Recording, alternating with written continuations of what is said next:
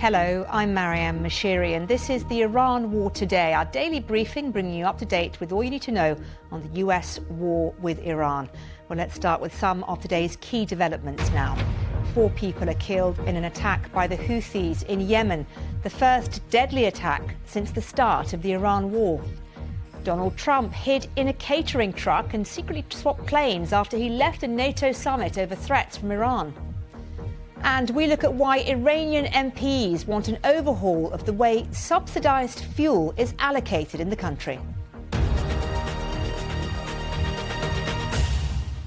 4 people have reportedly been killed in an attack by the Houthis in Yemen on a small cargo ship in the Red Sea. Social media images examined by BBC Verify appear to show a damaged cargo ship in the Bab el-Mandab Strait. They are new images and they show no signs of AI generation.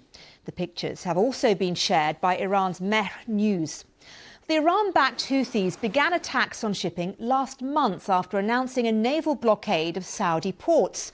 Well, the latest attack shows how the US war with Iran is having an impact on a second shipping route in the region.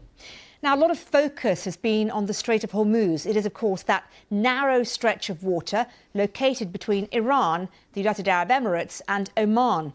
Its effective closure since the beginning of the conflict has impacted shipping across the globe. But there is another important shipping route close by. It's next to Yemen, Eritrea and Djibouti. It's called Bab el-Mandeb. This is where the Houthis, who are backed by Iran, have targeted a cargo ship. Well, let's get more now from our Middle East correspondent, John Donison. John, how significant is this latest development? Well, I think it's a sign that things are escalating along the coast of Yemen. This is the first time, we think, since the war between Israel, the United States and Iran started back in February, that people have been killed in a Houthi attack on ships in the Red Sea. Now, perhaps it's important to remind viewers the situation in Yemen. So Yemen is under control of the Houthis, although the internationally recognized government, who they've been in conflict with over many years now, and that's led to tens of thousands of deaths, they are in effect operating in exile, really, in Saudi Arabia. They're backed by Saudi Arabia. Now, what we've seen in the last few weeks is since the Houthis, who are backed by Iran, they announced a blockade of the Red Sea to try and increase the sort of economic pressure on, well, the United States and indeed the whole world that is already in place because of the situation in the Strait of Hormuz that you mentioned. And I think really what we're seeing now is that the Iranians are using the Houthis as another string to their bow. The Houthis in the past have carried out missile strikes on Israel itself, as well as on ships in the Red Sea. But up to now, they've largely stayed out of this wider conflict, but they are now getting more involved. Thanks, John. We'll be back again to you shortly in Jerusalem. But now it's emerged the US president left last month's NATO summit in Turkey on a secret military flight because of a threat from Iran. That's according to new reporting from the Washington Post. Let's talk you through these pictures. This video shows the US president boarding the older Air Force One jet in Ankara as normal. But reports now say he left immediately and walked onto a catering truck that was docked at one of the doors on the far side of the aircraft. The press then boarded that aircraft. Well, the catering truck then pulls away and it goes to a different plane. The next time we saw the president was when he disembarked the old Air Force One jet in the UK after presumably being reloaded onto it after it landed.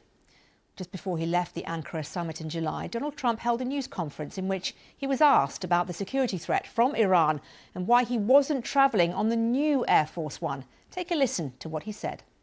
I'm number one on the kill list for Iran. They're lovely people. I'm number one, so I don't know. I can't tell you that. Why aren't you flying on the new Air Force One home? It's flying to Europe, to one of the big bases, 2 or 3 of the big bases, where we can show it to the people.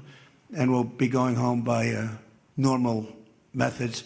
But we have it going to Europe, to a couple of bases, actually one in particular, but it's going to go to a couple of bases, stop, so the soldiers can see it, because it's truly magnificent. Well, let's speak to our North America editor, Sarah Smith. And Sarah, how unusual is this move by a president?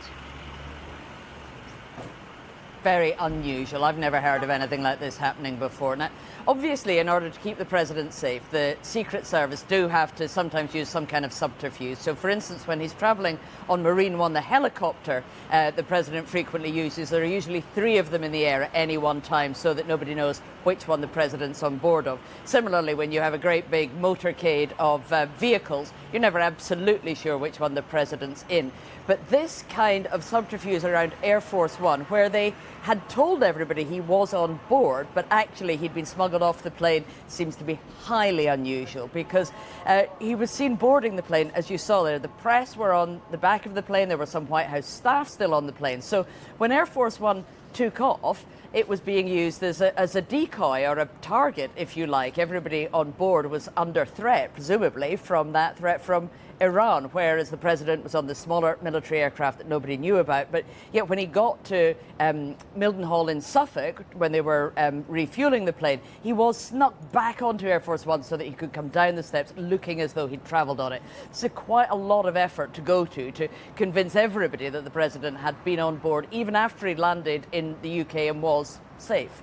And let's take a look at why all this subterfuge. Do we know any details about the threat or the perceived threat? No, only that it was described as a credible threat. Now, I mean, there are a couple of things here. We know that President Trump, there's been a threat against his life from Iran for many years, actually. Since towards the end of his first term in office, he ordered the assassination of a top Iranian general. And after that, there are people there who have pledged that they will try to kill him, along with several other people who were involved in that decision in his administration. And then obviously there is the current conflict with Iran that he began a few months ago, which is ongoing. And although things have calmed down in terms of that conflict, obviously there are people involved with that who would like to take action against President Trump himself. So there is an elevated threat against him. But it's clear that the Secret Service must have learned something specific about what was happening as he was flying out of Turkey, a country that borders Iran, of course, that made them go to these extraordinary measures that they thought were necessary to keep the president secure. Sarah, thank you. Well, another key aspect of the US war with Iran is the conflict in Lebanon, despite an ongoing truce in the war between Israel and Iran-backed Hezbollah. Well, the Lebanese Health Ministry says Israeli twin strikes on southern Lebanon have wounded 2 people and damaged an ambulance. Well, let's return to Jerusalem and speak to our Middle East correspondent, John Donison. And what more do we know about this, John? Well, the Israeli military hasn't specifically commented on this incident. What Lebanese health officials are saying is this was what is known as a double tap strike. So there was an initial Israeli strike which caused casualties, and then as ambulance workers and journalists and etc. head to the scene, another strike. We believe that's when these people were injured and the ambulance was damaged. Now, it's not the first time that ambulance workers have been casualties in Israeli strikes. In the past, Israel has denied deliberately targeting health workers, but has also cast a little shade over the situation, saying that some of the ambulance services operating in southern Lebanon are affiliated with Hezbollah, and that is indeed the case. I think what's important, though, as we were talking on the programme yesterday, is the situation in southern Lebanon is all tied into the broader effort to get some sort of deal between Iran and the United States, because Iran has insisted that a ceasefire in southern Lebanon must be part of a broader deal. They want Israeli troops to pull out of southern Lebanon, as do Hezbollah, which of course is backed by Iran, and Israel, for its part, has adamantly refused to do so. So when we have incidents like this, there is a danger that it could have an impact on the prospect of getting that broader deal, which we are struggling to get between Iran and the United States. John, thank you. Well, inside Iran, there's been a lot of discussion on petrol prices. A few days ago, Iranian MPs warned the government against any further petrol price rises, calling instead for an overhaul of the way subsidised fuel is allocated. It appears the government have listened. Well, with me is Baron Abbasi from BBC Persian. Why, Baron, is there concern about the price of fuel? So there has been concern that the price of fuel could increase again.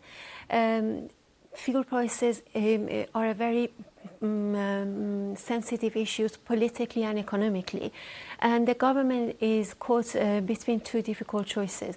Consumption is very high in Iran. It reportedly exceeds 135 million liters a day, and there's a gap between consumption and supply. The government cannot keep up with producing enough fuel to provide to the drivers.